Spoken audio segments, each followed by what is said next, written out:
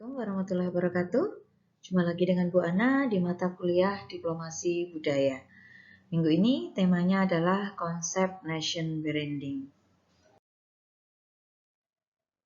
Nah, apa itu nation branding? Jadi nation branding adalah sebuah studi yang sangat menarik dan baru ya terkait dengan seberapa besar dampak sebuah produk yang diperdagangkan antar negara pada suatu dekade tertentu bagi image sebuah negara. Nah, nation sendiri dapat diartikan sebuah kelompok besar yang memiliki kesamaan dalam ras dan juga bahasa. Di samping itu, negara atau country itu dapat diartikan sebuah lahan dari tanah yang diduduki oleh sebuah nation.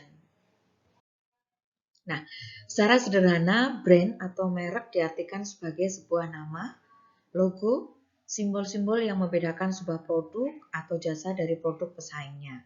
Sedangkan brand image itu adalah apa yang dipersepsikan di benak konsumen. Nah, kemudian nation brand itu merupakan keseluruhan persepsi suatu bangsa dalam pikiran para pemangku kepentingan internasional.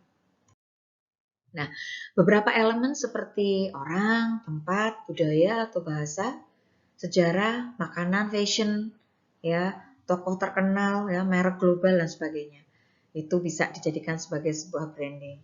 Nah, dengan demikian, ada atau tanpa upaya untuk membangun nation brand, setiap negara memiliki kesan atau image di benak pikiran audiens internasional, mulai dari kesan lemah, jelas, ataupun tersamar. Nah, apa jadinya jika suatu negara atau perusahaan tidak memiliki konsep branding yang kuat? Nah, diibaratkan sebagai proses berjualan. Suatu produk atau jasa sulit dikenal oleh masyarakat jika branding itu gagal diterima. Nah, dampak dari lanjutan penjualan produk tersebut tentunya akan terkendala. Nah, sebagai sebuah negara, Indonesia memang harus memiliki konsep branding yang matang.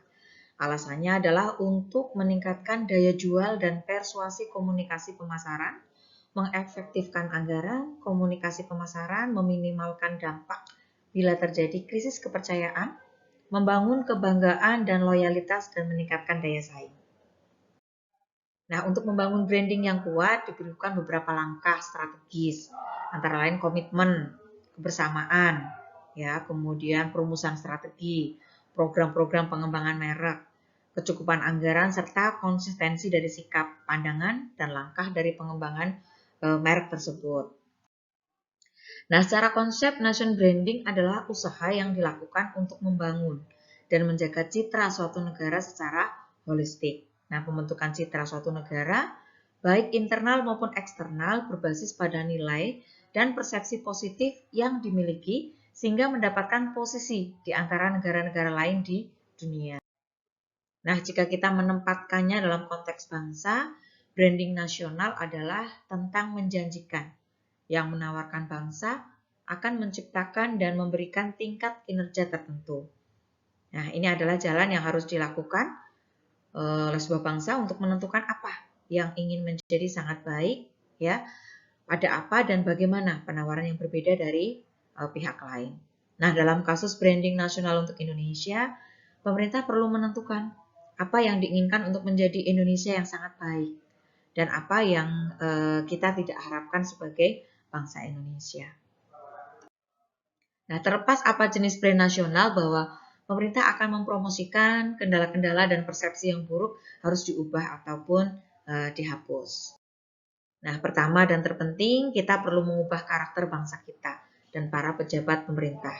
Nah, tujuan dari perubahan karakter adalah untuk menghilangkan dan membuktikan bahwa tindakan buruk yang dilakukan pemerintah berupa insiden misalkan yang terjadi selama ini, ya, seperti tindakan barbar, kemudian tidak bermoral, itu tidak akan terulang lagi. Kemudian korupsi akan diperlakukan sebagai ya seorang kafir begitulah ya, dan Indonesia akan lebih moderat dan siap untuk bekerja sama dengan masyarakat internasional.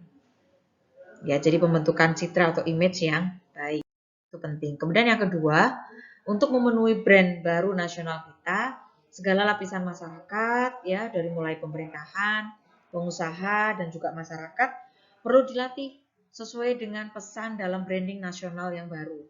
Jadi tidak akan menjadi mungkin untuk mempromosikan merek nasional baru tanpa didukung oleh perilaku baru Indonesia.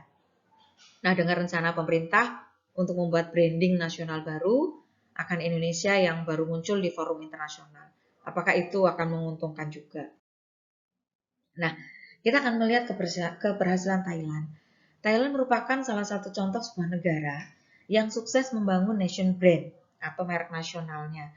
Tidak hanya di bidang makanan seperti kare, masaman misalkan, atau juga di bidang-bidang produk pertanian.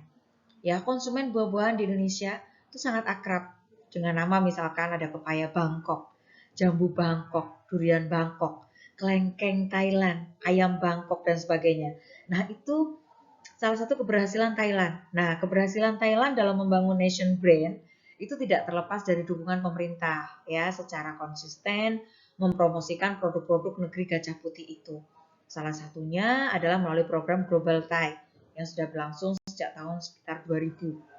Ya, jadi ada proses yang cukup panjang. Nah, saya ambil dari Andreas Marquez ini, seorang penulis, blogger, dan ahli nation brand. Ada beberapa pertanyaan yang bisa dijadikan panduan nih ya. Apakah suatu negara itu butuh nation branding? Nah, apabila jawabannya iya, lebih dari 5, maka negara tersebut sebenarnya membutuhkan nation branding. Nah, pertanyaan-pertanyaan itu antara lain misalkan, ya, seringkah orang menanyakan dari mana Anda berasal? Dan dilanjutkan dengan pertanyaan, wah, di mana negara Anda itu, gitu ya. Seperti contohnya Ibu nih, pernah ya suatu saat di negeri Cina dan di sana bertemu dengan banyak dari negara-negara lain. Nah, Ibu ditanya gitu ya, ada yang tidak mengenal Indonesia ternyata. Ya, jadi mereka lebih mengenal Bali. Nah, itu contohnya. Oh, jadi Indonesia sebelah mananya Bali. Nah, ini salah satu contoh gitu ya. Ini untuk mengecek saja. Ya, tapi saya rasa Indonesia perlu ya untuk membentuk yang namanya nation branding.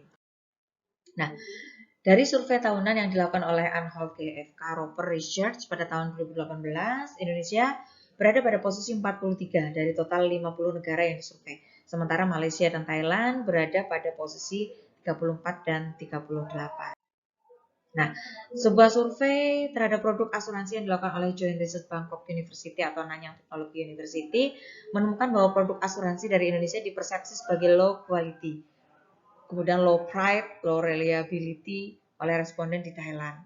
Studi lain di Singapura mengenai persepsi terhadap produk dari Indonesia yaitu roti yang ada Indo-Breed-nya dan kopi atau yang ada simbol Indo Cafe juga menunjukkan bahwa produk dari Indonesia dipersepsikan masih rendah atau low dalam kaitannya dengan rasa, kemudian gengsi atau prestis, kualitas bahan baku, kualitas secara keseluruhan, keinginan membeli atau dikenal secara dekat familiarity.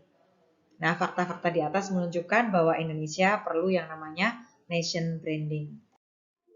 Nah, kata kunci dari nation branding adalah trade, tourism, dan investment. Nah, ketika kata tersebut digunakan untuk menggambarkan adanya peningkatan perdagangan, baik produk barang ekspor, jasa, maupun investasi. Nah, promosi tentunya perlu dilakukan secara berkesinambungan dan pencitraan nama Indonesia juga perlu dilakukan terus-menerus, apalagi pada tahun ini ya di tengah pandemi ya terjadi krisis di mana-mana gitu ya. Ini dapat memberikan peluang yang cukup besar Indonesia dengan pencitraan yang lebih baik, tentunya menggunakan media-media yang ada. Nah, itu bisa dimulai dari diri kita sebagai bagian dari bangsa Indonesia. Demikian yang bisa Bu Ana sampaikan. Mudah-mudahan bermanfaat. Bu Ana akhiri. Wassalamualaikum warahmatullahi wabarakatuh.